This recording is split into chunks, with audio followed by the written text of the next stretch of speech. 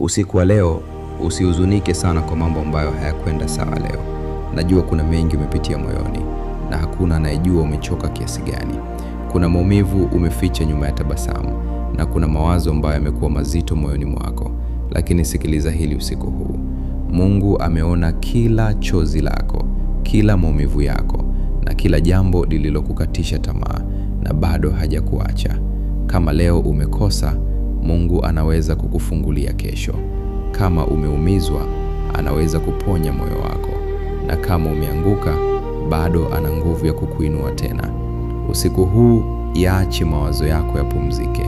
Mkabidhi Mungu hofu zako, majonzi yako na kila kinachokusumbua moyoni. Muombe akupe utulivu, amani na usingizi wenye baraka, kwa sababu kesho ni nafasi mpya na Mungu bado anaandika hadithi nzuri ya maisha yako. Tuliza moyo wako na ulale kwa amani. Follow Tumaini la Leo kwa ujumbe wa faraja kila siku.